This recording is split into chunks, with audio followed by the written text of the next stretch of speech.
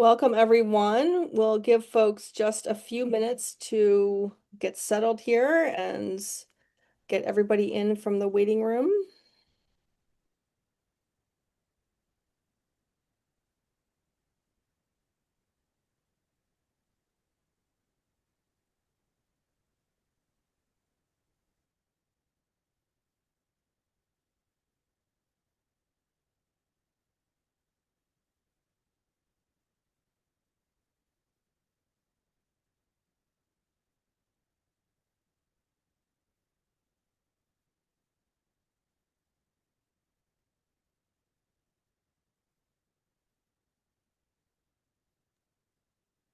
We'll get started in just another minute here.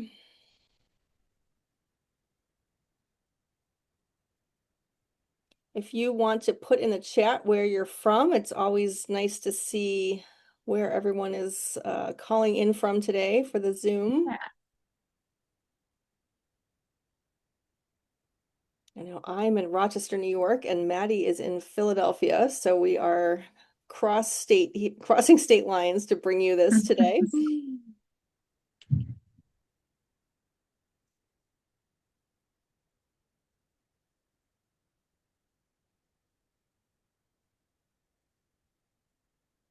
All right, we're going to get started. Hello, everyone, and welcome to today's webinar. We're glad you could join us. I'm Kate Jacobs, the Preservation Education Specialist at DIPSNY. Before we get started, I want to share a few quick housekeeping notes. If you experience any technical or audio issues, please send me a direct message in the chat and we'll do our best to help. Today's session is being recorded and the recording and slides will be shared with all registrants within the next week or so. Live captions are available for today's webinar. To enable them, click the Show Captions or the CC button in your Zoom toolbar.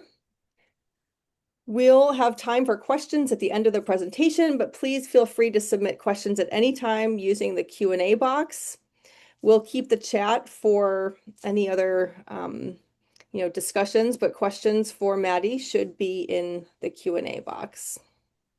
We ask everyone to help maintain a welcoming and respectful environment for all participants throughout the program.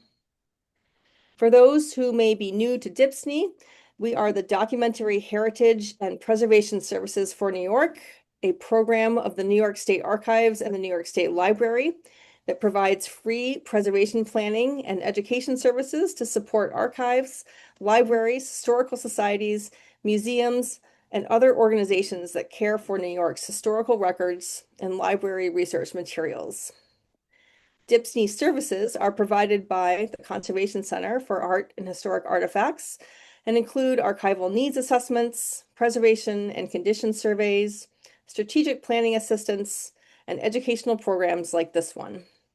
To learn more about DIPSNY services and upcoming free webinars, workshops, and other educational opportunities, we'll share a link to our education page in the chat in just a minute. Today, we're joined by Maddie Cooper, owner and principal preventive conservator at MC Conservation Services. Maddie specializes in preventive conservation, risk assessment, and collections care, and has extensive experience conducting surveys and assessments, teaching preservation topics, and helping collecting institutions identify and address preservation risks.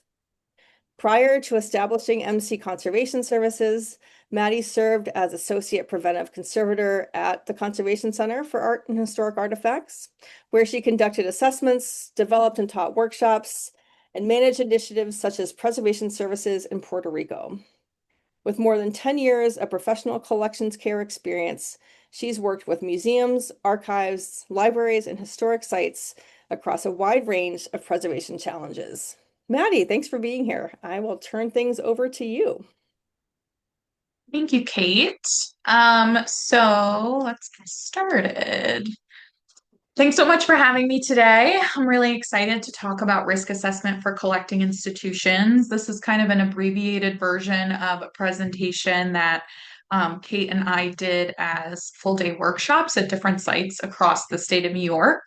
And the goal here isn't really to like prescribe risk assessment for everyone. I guess the goal is to really introduce you to the kind of way of thinking that is risk assessment, because I think it's a really helpful framework to think about collections care. And once you kind of understand how to think like a risk assessor, it can be really helpful in long range preservation planning and emergency planning and all those kinds of things. So I feel like Kate did a really good job of chatting about all of the organizations that are making this program possible today.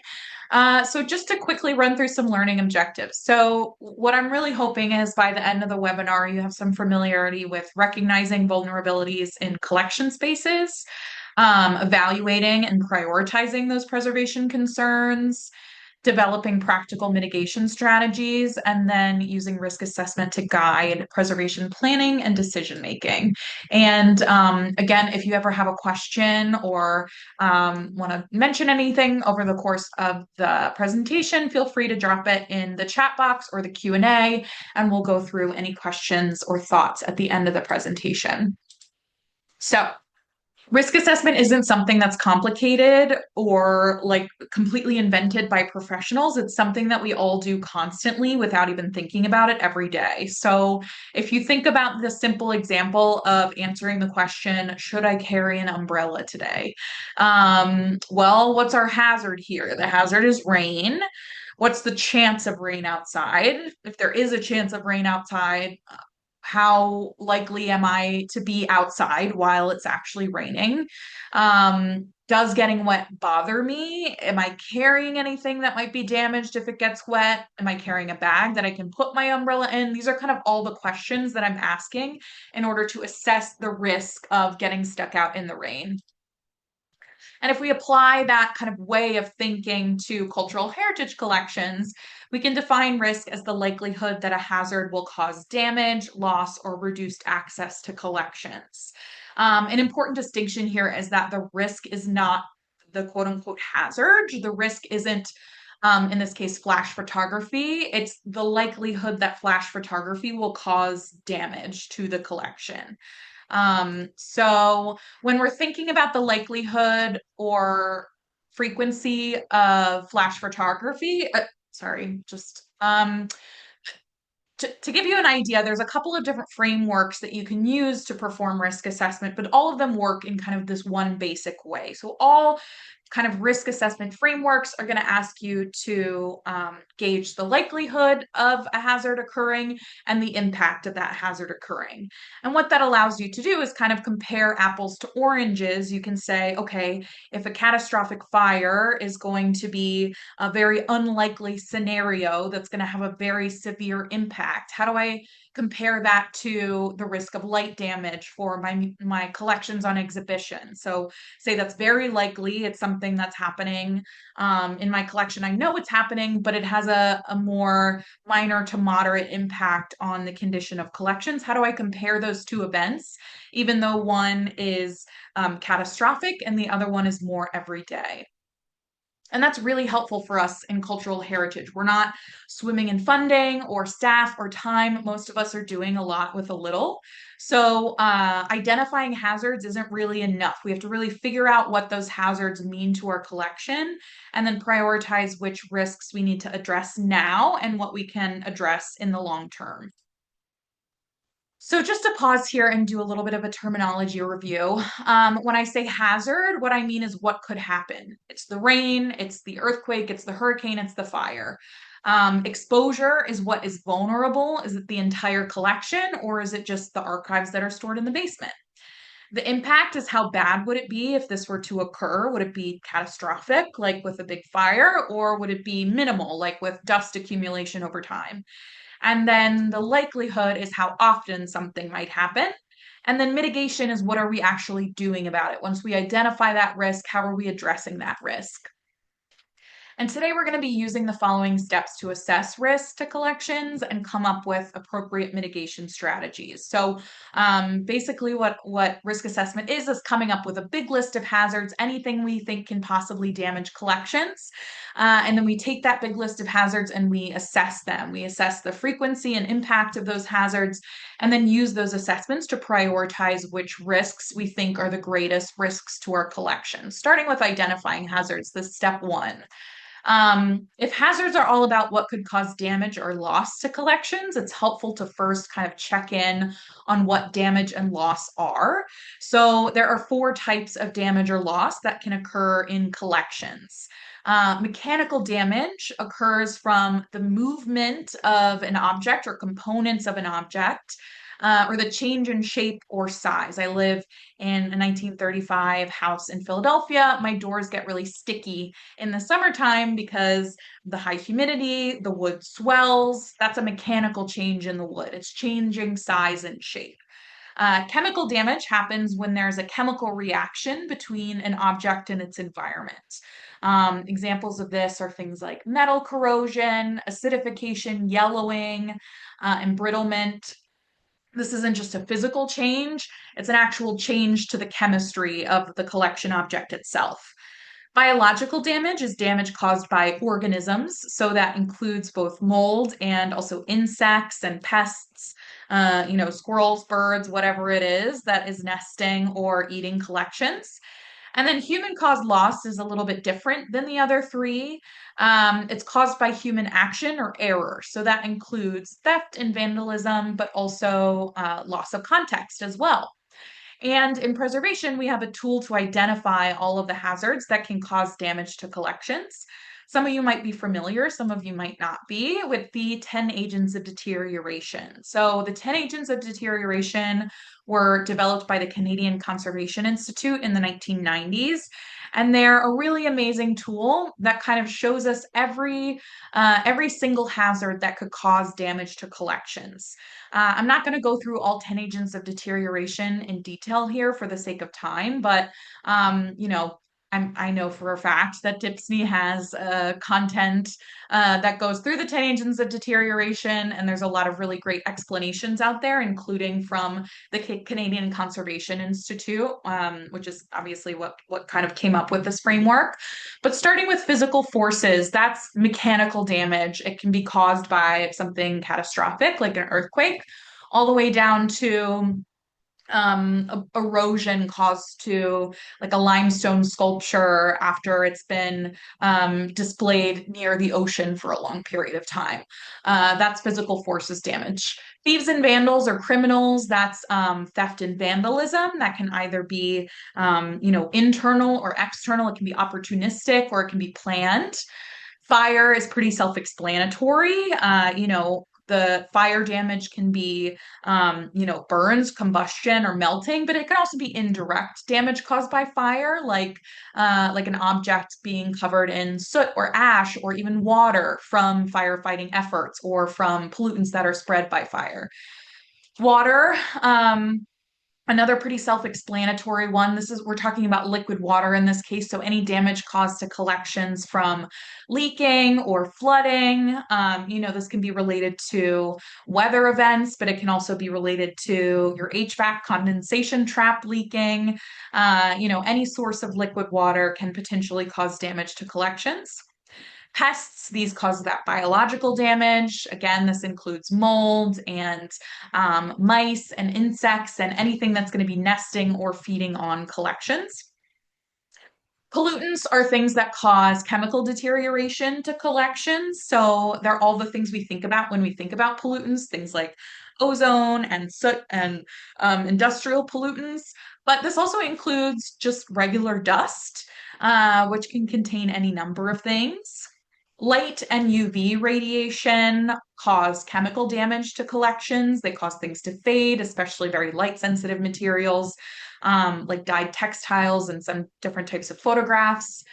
Incorrect temperature, temperatures that are too high can really speed up the chemical reactions that cause deterioration.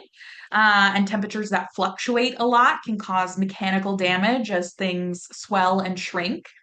And that's similar to relative humidity. Really high relative humidity can lead to, mold growth and insect infestation. Big swings in relative humidity can cause mechanical damage caused by shrinking and swelling. And then dissociation is the one that's most closely related to human caused loss. So dissociation is the separation of an object from its context. Maybe a label falls off of a collection object, or a researcher puts it back in the wrong place, or our database becomes obsolete and now we don't know the locations of our objects. Those are all examples of dissociation.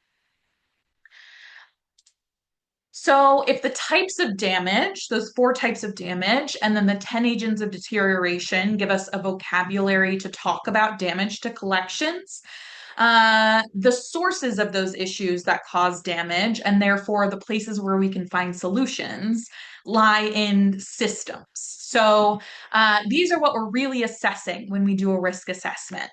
We're looking at the environment, both the external and the internal environment. We're looking at the building envelope. We're looking at the mechanical systems. We're looking at collection storage and operations and human factors. These are the real places where we're going to identify issues and find opportunities to make positive change. Starting with the external environment. This is, of course, if we think about a collection object as kind of the center of a bullseye, maybe your painting is the middle of that bullseye, and then you're thinking about the frame that the painting is in, the racking that the painting is on, the room that the painting is in, the building that it's in, the region that it's in.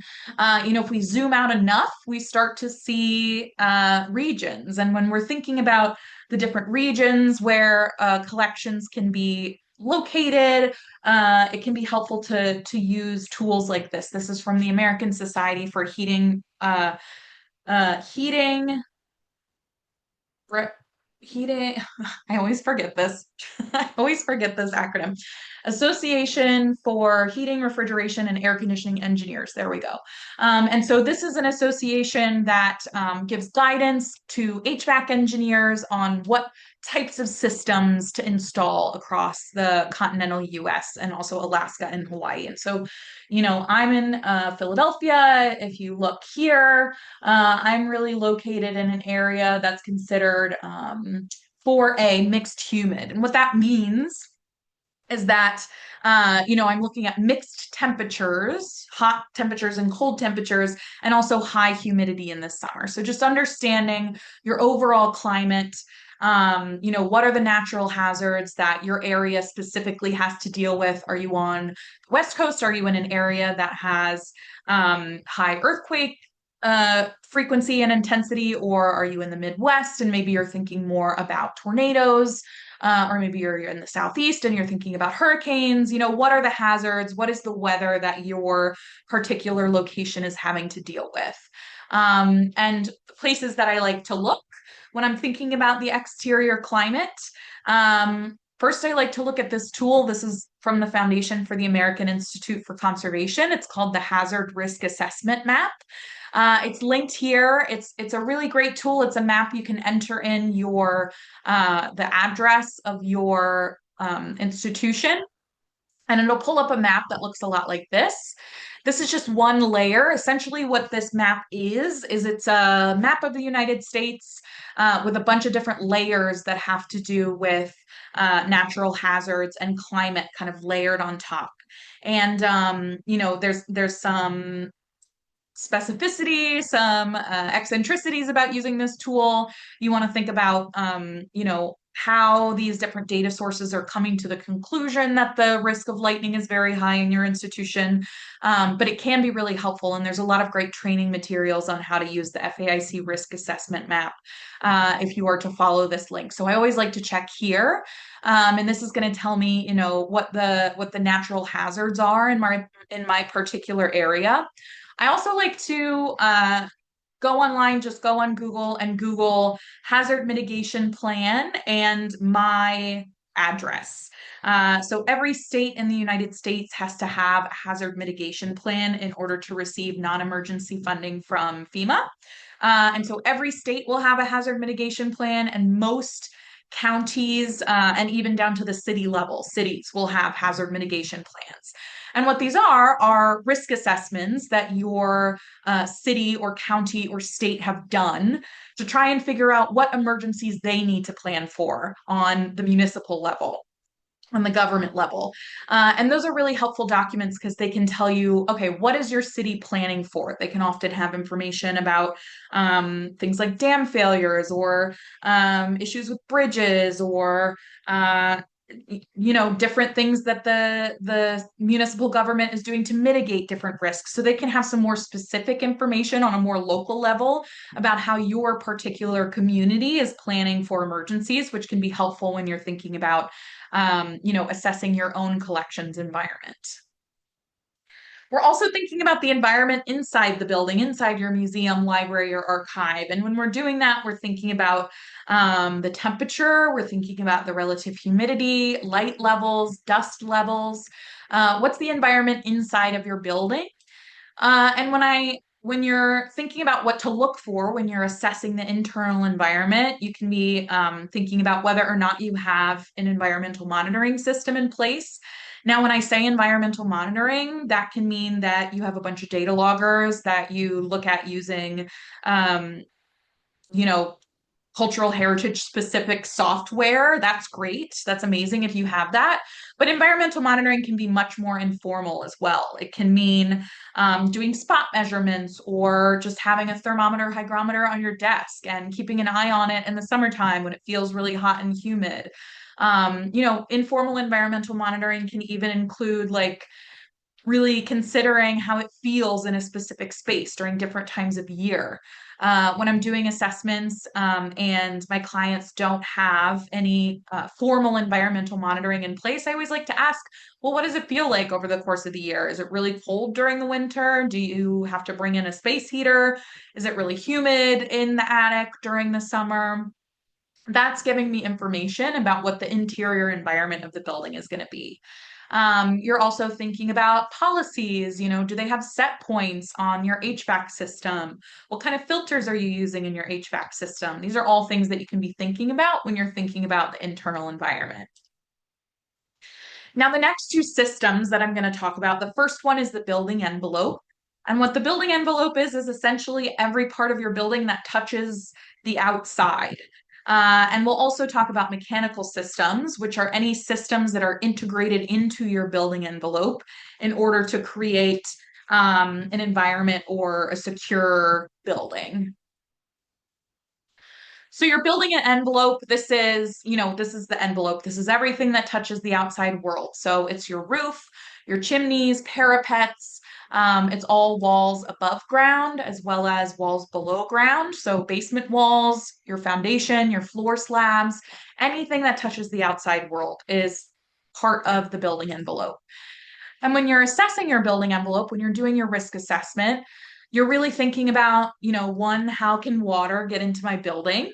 Are there signs of roof leaks, things like ceiling stains or powdering plaster that is cluing me into the fact that there's potential leaks? I want to think about drainage. How well are my gutters working? Do we clean out our gutters every fall or every spring or seasonally, whatever?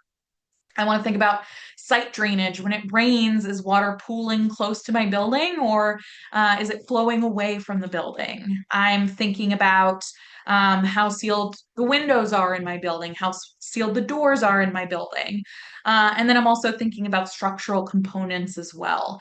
I'm not an engineer or an architect. But I do like to have kind of a baseline understanding of how a building envelope functions and how mechanical systems function. So I know when it's important to reach out to a professional about something serious. So just some images to give you an idea of what I'm looking at when I'm doing risk assessments. In the top right here, you can see I love doing site assessments when it's raining because you really get to see how the building actually deals with draining water. You can see here that there's some drainage issues here. There's water pooling. It's not flowing away from the building. That's a sign to me that there could be water issues. I like to look at the brick or stone or whatever masonry on the outside of the building. There's a bunch of salt crust down here. The bricks down here are a lot darker than the ones up here. What that's telling me is that there's water being sucked up into the walls, which can cause damage over time. So, where is water? Is it sitting? Is it flowing into the building?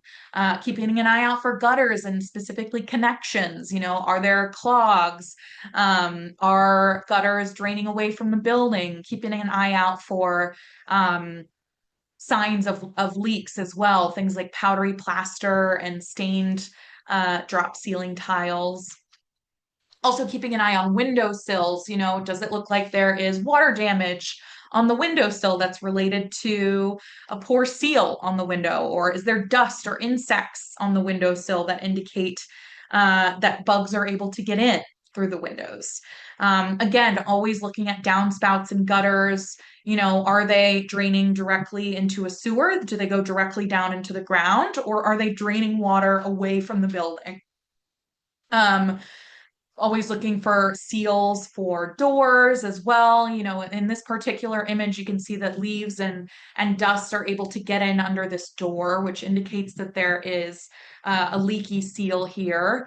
And then keeping an eye out for, structural versus non-structural cracks. If we're working with historic buildings, oftentimes there's going to be cracks that aren't related to structural issues, but some red flags start to pop up when I start to see cracks that transfer from the wall to the ceiling or transfer between two different walls or kind of large diagonal or horizontal cracks is when I want to reach out to a professional.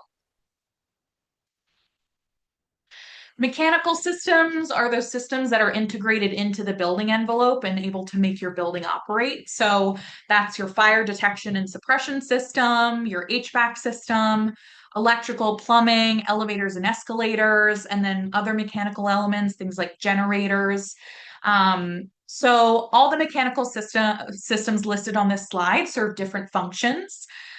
When we're talking about the risk assessments that um, I do in general. I'm looking for, when it comes to fire protection, I'm looking for, okay, do they have a fire detection system? Do they have a fire suppression system? Those are two different things. So, one, do they have fire detectors, smoke detectors, heat detectors? What kind? Two, do they have a sprinkler system? Do they have any kind of automatic fire suppression system? If not, or even if there is an automatic sprinkler system, there should be handheld fire extinguishers located throughout the spaces, and those handheld fire extinguishers should be inspected once a year by a professional. Same with the fire detectors and automatic suppression systems. When I'm thinking about assessing the HVAC system, so HVAC stands for heating, ventilation, and air conditioning system. And that's kind of an umbrella term that can contain multiple systems or just one system. So I live right now, I'm in my house in Philadelphia. I have steam radiator heat and I have window air conditioning units. Those both fall under my HVAC system. But if I were to go into a more modern building, maybe an office building, maybe they have a centralized heating and air conditioning system. That's also an HVAC system. So really anything that falls under the umbrella of heating, ventilation, or air conditioning can kind of fall under that system, and there can be as many or as few parts as are related to your own situation. But really, I'm keeping an eye out for the type of climate control that's there. I'm looking out for any kind of temporary climate control. Do they have space heaters? Do they have a dehumidifier? Do they have things like that? I'm looking for filters and air purifiers, anything that's going to prevent pollutants from getting into collection spaces. I'm looking for signs of condensation or system malfunction. When I'm thinking about assessing the plumbing and water systems, I'm thinking about the locations of plumbing. Where is plumbing in relation to my collections? Drainage in the building. I'm looking for condensation on pipes, things like that. And then for electrical systems, I'm thinking about looking for overloaded outlets or power strips. I'm looking for any exposed wiring or any signs of deferred maintenance. So just some examples of things that I'm keeping an eye out for when I'm doing assessments. You can see here that the ductwork for this HVAC system is right up against the sprinkler head. And so, that's something I'm noting as an issue because, it could cause the fire suppression system to trigger without a fire. It could also affect the efficacy of your sprinkler system if it's not able to spread water as far and as efficiently as it's designed to do. So this is definitely a risk that I would want to address. This image shows this collection in particular had a lot of floor outlets in their library space, but had a lot of water issues in the building where they were having pretty frequent leaks. And so that's a really big kind of fire risk there. Anytime that you're mixing water and electricity, I'm always looking out for these little tags on the handheld fire extinguishers. Those are going to tell me the last time a handheld fire extinguisher was inspected. Keeping an eye out for overloaded outlets. If there's a dehumidifier there, is the dehumidifier designed to drain automatically, or is it something that has a tank that I'm going to have to manually drain? And then this image shows, so this is a collection storage space where they actually marked out the location of plumbing on their drop ceiling with blue tape to sort of give them an idea of where plumbing is in case there was a leak. So, they do have to store collection objects under the plumbing, but because they know where the plumbing is, they're able to protect those collections by covering them with, plastic sheeting. So this is kind of a zoomed out image from that storage space. You can see here, they know that their plumbing is here. And so any collections that are stored in this area are kind of kept under plastic just in case. And so the second to last system that we are assessing is the collection storage system. And when you're assessing collection storage, you're thinking about physical space and organization. You're thinking about shelving and furniture, housing and supports, and use and access. So you're really thinking about like, okay, is there a dedicated storage space? Is there logical organization? Are collections up off of the floor? Is there overcrowding in our collection area? If things are in boxes, are they well labeled? Are they physically supported? Is the area secure? Are there obstructions in pathways or aisles that could be a hazard?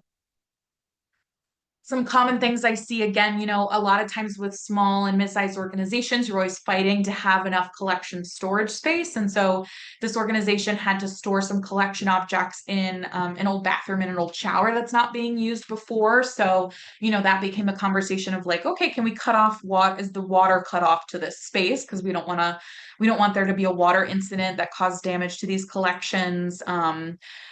Especially these like lower quality bankers boxes really collapse on one another. So making sure that collections are one, up off of the floor, and two, well supported either on shelves or some kind of furniture. Another really common one I see are collections that are oversized or a strange size that the institution doesn't necessarily have the equipment or the capacity to store. So oftentimes this happens with like oversized materials. You can see a bunch of oversized materials stacked here, some blueprints that are kind of rolled up and set to the side here. Always looking out for those kind of weird materials that don't fit into the normal storage procedures because those are often at higher risk of damage. And then the final system that we're thinking about when we're doing a risk assessment is the system that is operations and human factors. So things like staffing and training, planning and policies, handling and collection use, security and access, and emergency preparedness planning falls under this umbrella as well. So when I'm assessing, the kind of human system that's playing into collection safety, I'm thinking about identifying instances of understaffing. Are our staff supported and getting the training that they need to handle collections? Are there essential policies in place? Do we know what's in our collection? Do we have intellectual control? Are researchers, staff trained on how to safely handle collections? Do they have a dedicated workspace for accessing collections? from a security and access standpoint, like do we have good key control? Or if we're working with a bunch of vendors or contractors, maybe we're doing a bunch of event rentals, like do we have a policy, a standard policy for working with these kind of vendors? And then, of course, emergency preparedness. I'm thinking about, is there an emergency plan in place? Are evacuation routes clearly posted? Are priorities in the collection identified? So we're still on step one of the risk assessment here. This is the meatiest section of the risk assessment for sure, because it's the step where we're really thinking about all the damage that could potentially be caused to collections. And we kind of have a couple of different tools here. We have the 10 agents of deterioration that we can kind of use as a checklist in our heads when we're walking into collection spaces. Like, what are the physical forces risks here? What are the pest risks here? What are the fire risks here? And then understanding them in the context of systems. Is our fire risk related to our mechanical systems? Do we have a higher fire risk because we don't have an automatic suppression system?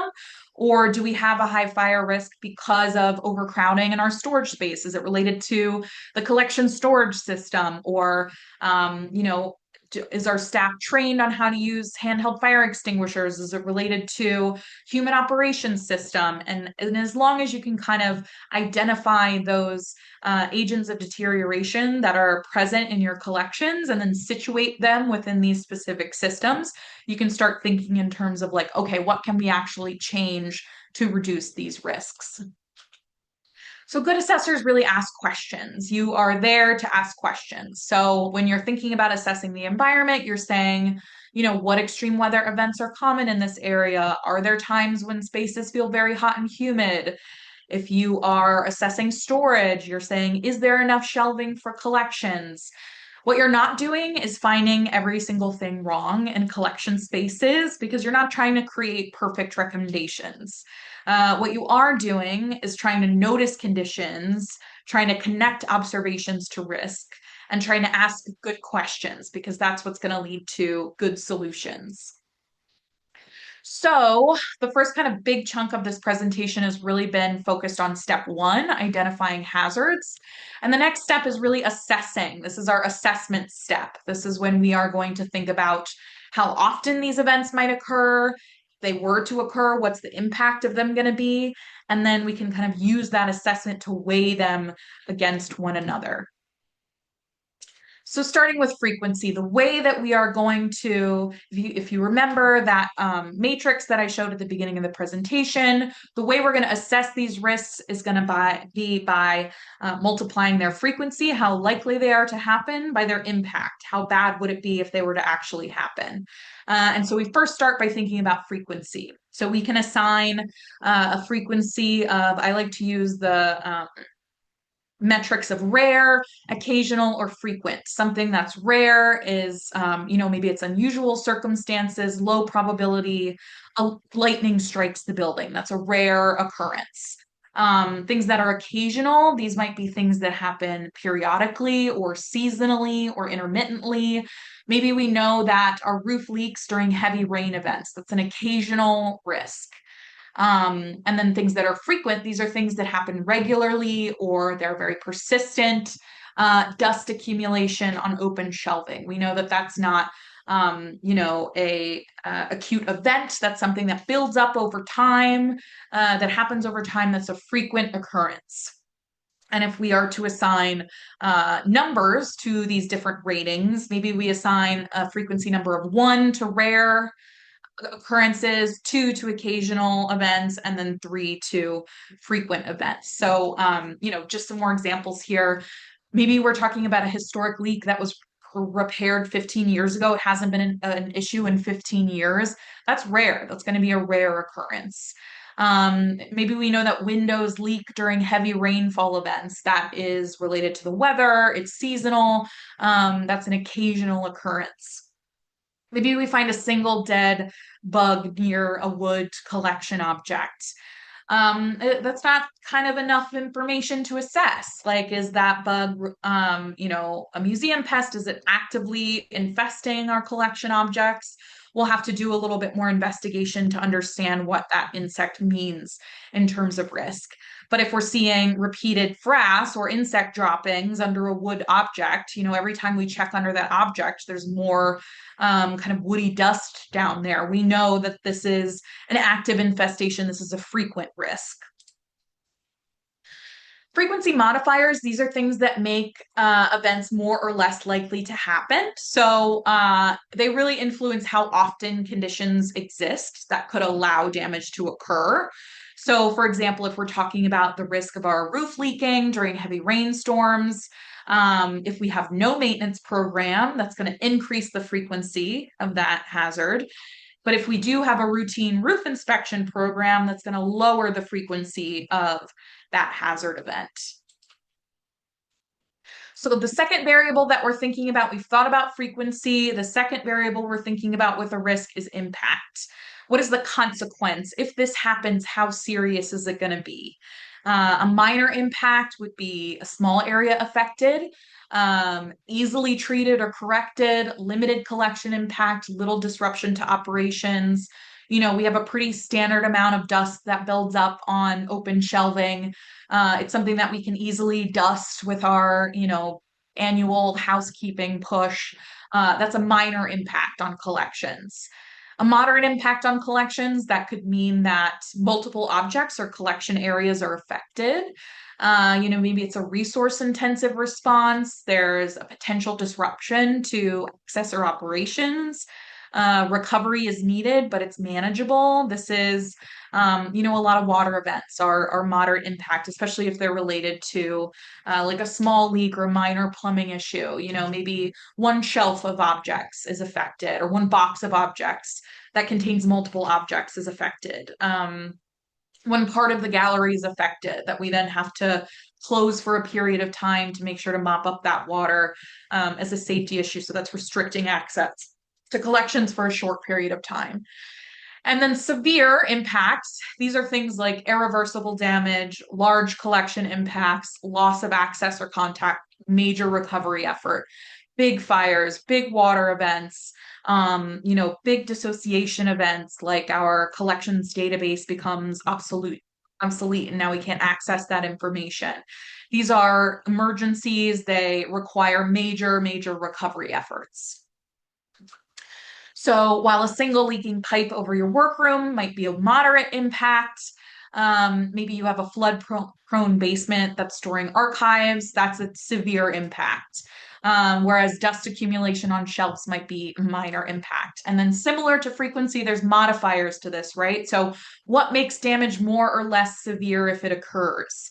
Impact modifiers influence how serious consequences become once damage occurs. So if we are thinking about a pipe leaking above an archive storage space, maybe if we don't have collections in protective housings, that impact is going to be greater. But if we have collections in archival boxes and they're stored up off of the floor, that's a much lower impact on those collections. And so if you're to assign numerical designations to the different impacts, again, minor impact, you would assign it a number of 1. Moderate impact, you would assign a number of 2. Severe impact, you would assign a number of 3. And then essentially what you're doing to assess risk is to multiply your frequency times your impact. So in this case, maybe we're saying that the risk is dampness and high humidity in the basement archives leads to a mold outbreak. That's a really common one. So if we think about frequency, okay, well, we know that humidity in the basement is really high during the summertime. It's seasonal. That's an occasional frequency. So I'm going to give that a score of 2. Then I'm thinking about the impact. The damage that we're anticipating is mold, which affects paper collections. This is archive storage, they're paper collections. I'd say the impact is pretty severe. This is a big part of our collection, and it's all kind of at risk of mold caused by this high humidity issue. So I would assign an impact score in this case of 3, which would give me a risk score of 6. And if we find that on our matrix here, we can see that our risk score is going to be high. So if we find but keeping in mind that existing controls matter, right? There's these different modifiers for both frequency and impact. So the same hazard might create a very different risk depending on existing protections, collection vulnerability, institutional practices. It's really important to understand the context here. So at this point, we've identified, analyzed, prioritized, and now it's time to act. What can we actually do to reduce risks in our collections? Um, Risk assessment isn't about finding everything wrong. It's really about deciding what actions have the best impact. So I think a lot of people get kind of caught up in risk assessment at the assessment phase, when really the whole point is to kind of take the information that we are now armed with, having done this assessment, and move forward to improve conditions for collections. So there's four ways to reduce risk within our collections. We can eliminate risks, meaning we remove that hazard entirely. If the risk is a leaky roof, we repair the leaky roof. If the risk is insect infestation caused by, food left in collection spaces, we remove food from collection spaces.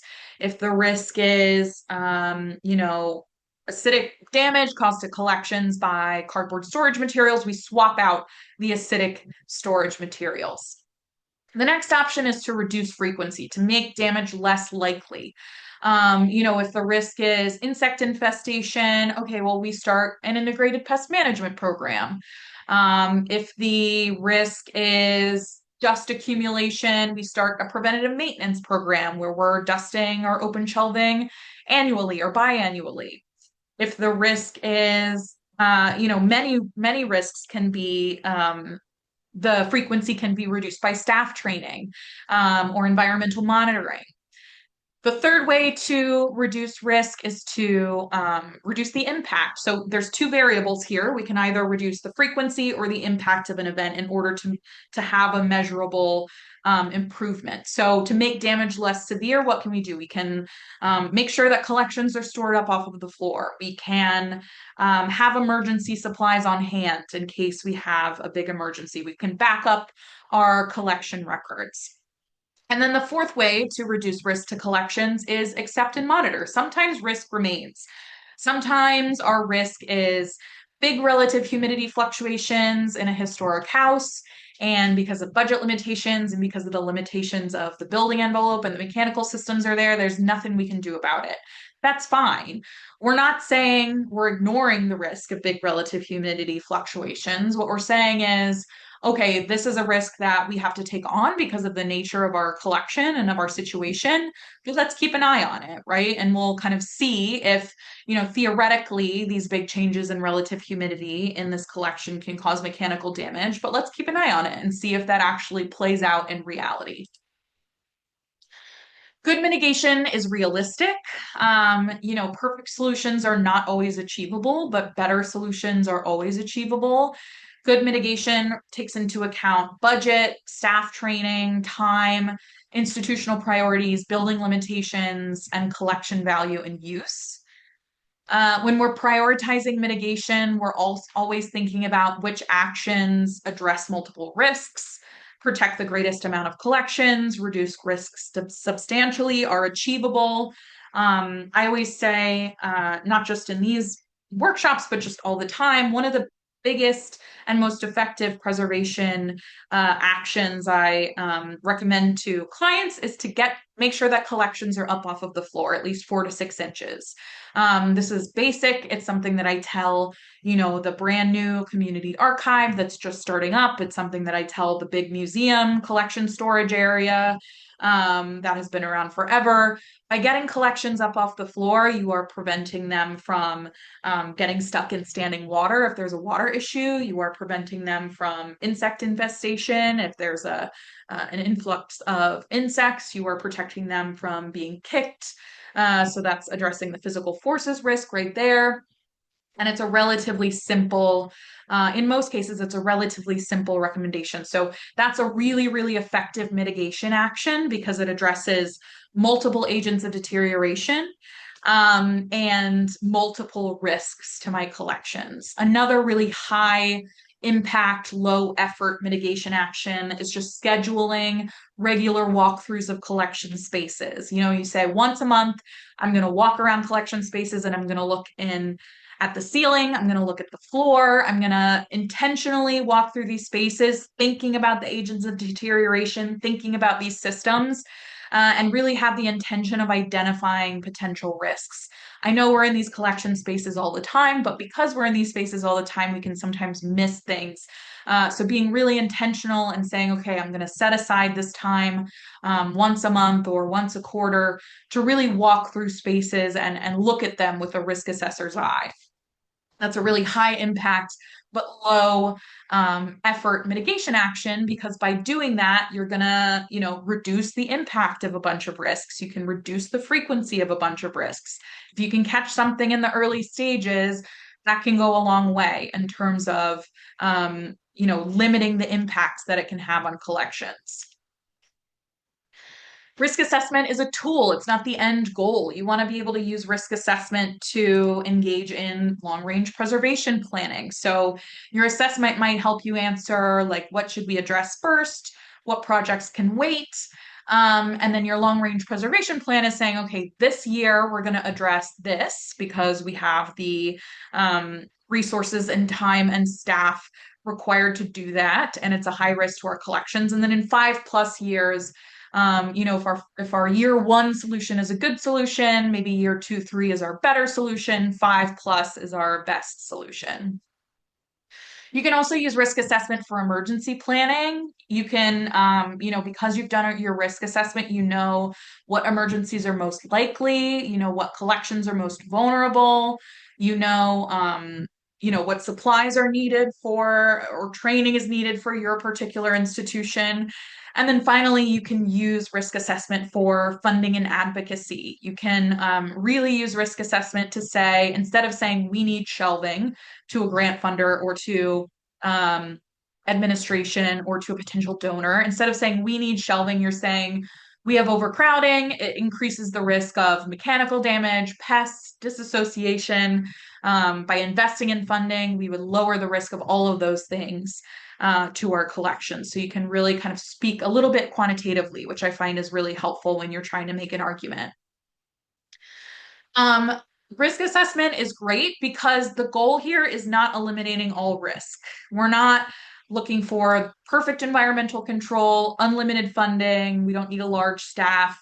What we do need is the power of observation. We need tools to prioritize, to say, okay, which of these are more putting my collections more at risk. We need incremental improvement, thinking about good, better, and best solutions. And we need documentation. Keeping documentation of these risks that you've identified over time can go a long way in helping you improve grant funding and advocacy and things like that, having the paper trail. So I would just challenge anyone who's watching this webinar either live or as a recording, just, schedule a walkthrough of your collection spaces. Do a walkthrough of your institution, identify one high priority risk, find out what kind of fire detection suppression system you have, and implement one mitigation action, whether that's getting, your stack of framed artworks that you don't have space and storage for, so they're stacked on the floor, putting them up on foam blocks. That's one high impact preservation action that you're able to do in the short term. And just again, a reminder that good assessors don't look for perfection, they look for vulnerability. We're really doing conservation and preventive conservation on a very individual scale when we're doing risk assessment. So what I'm not saying is I want everyone to go home and do a comprehensive quantitative risk assessment of your whole collection, but keep this way of thinking in mind when you're thinking about risks to collection, because it can be really helpful in being really economic with your time and the resources that you have to care for collections. And just wanted to make sure that you have my contact information. Kate mentioned in the beginning, I have a conservation practice called MC Conservation Services. You can find us on the internet. We also have a bunch of different free resources there, leaflets on things from like choosing a vacuum for collections care to using freezers for collections care. You can also feel free to email me directly if you have any questions about anything we chatted about today or anything preservation related. Also some contact information for DIPSNY. And yeah, we only have a few minutes left. Sorry, I'm such a yapper, but I did want to just check the chat to see if we have any questions, or if you all have questions, feel free to drop them Maddie, there now. is one question in the Q&A. Do you see where Okay. that section? Yes. What are some risks that you find people either overestimate or underestimate during assessment? Oh, that's such a good question. I think staffing is a huge one. And when I say staffing, there's like multiple, if like staffing is an octopus, there's like multiple arms here, right? There's one, so many collections are understaffed. We work in cultural heritage, we know this. Most of us that work in cultural heritage are wearing so many hats. And so understaffing is a huge risk to collections. And I understand that it's a really difficult one to deal with. Um, but yeah, just having the people that are there to care for and actually handle collections is huge. The other part of that staffing question that comes up a lot is succession planning. So I did a bunch of assessments of specifically college and university archives in the years like 2021, 22, 23. And what I found a lot was that the long running archivist who had been there for 30 years, right, retired over the course of the pandemic, or in some cases, unfortunately, staff had to be laid off, and those spaces just sat unstaffed for long periods of time. And then once they got back to hiring a new archivist, hiring a new collections manager, hiring a new curator, now all of a sudden they're starting from scratch, right? Because there's no sort of continuity from one person to the next. There's no documentation of how the former collections manager had done that job all those years. They just had so much institutional knowledge that wasn't transferred over to the next person. I think that's a really underestimated risk to collections as well. So anytime you can kind of engage in succession planning, documentation, things like that, that's really great. And the Conservation Center for Art and Historic Artifacts has a bunch of succession planning resources on their website. So kind of a diagonal plug for those there. I've got kind of a related question to that point of kind of capturing the institutional knowledge that lives in people's heads, and certainly, so many of people who work with collections, they know what the risks are. They know where the leaky windows are. They know the storage concerns, right? Um, so how do you advise kind of capturing that information and capturing that knowledge and starting to kind of piece that into a risk assessment program? Yeah, that's a really good question as well. Whenever I'm working with clients, I almost al- not even almost, I always go in and say, I'm probably not going to tell you much about your collection that you don't already know. Like you have been here, you've been in here every day, you work in here every day, you know exactly what the risks to your collections are. What my role is as an assessor is to help you prioritize those issues and make a plan for addressing those issues. And just as important, if not more important, to help you advocate for, preservation projects to your administration, to your board, to grant funders, et cetera. Sometimes, I'll have a collections manager who's been saying that, the HVAC system has been an issue to collections for years, and the administration just hears those complaints and just becomes immune to like the squeaky wheel or whatever.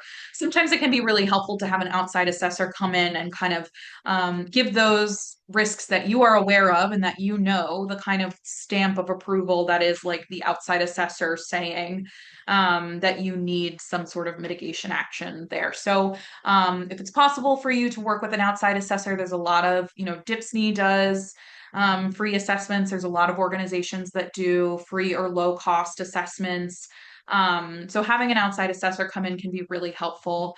And also just documentation. I work with a lot of sites where we get to the phase of accept and monitor where it's like, okay, we're really getting so much pushback on this. It doesn't seem like there's anything we're going to be able to do about this particular thing in the near future. So what I recommend is just to document it for the next person. Maybe the next person will come in and there will be a change in administration or some kind of opportunity will come up. And now all of a sudden you can address the fact that you don't have a sprinkler system, even though that you've been documenting that you need one for years. And all that documentation will help either future you or the next you. Really, it all comes back to documentation. Yes. Excellent. It all Excellent. comes back to Yeah. documentation for sure. Well, Maddie, thank you. It's been a fantastic presentation. So much great information. I will be sure to get all this uploaded to YouTube within about a week. We will send a link to registrants, and they can have the resources and the recording. It will be up on DIPSNY's website in perpetuity. So grateful to have this information from you. Always a pleasure to work with you, and looking forward to more workshop and webinar opportunities in the future with you, Maddie. So thank you. And thanks everyone for attending today, and we'll hopefully see you at future DIPSNY webinars. Thank you, everyone. Absolutely. Thanks so Thanks, much. Maddie. Take Bye care. bye.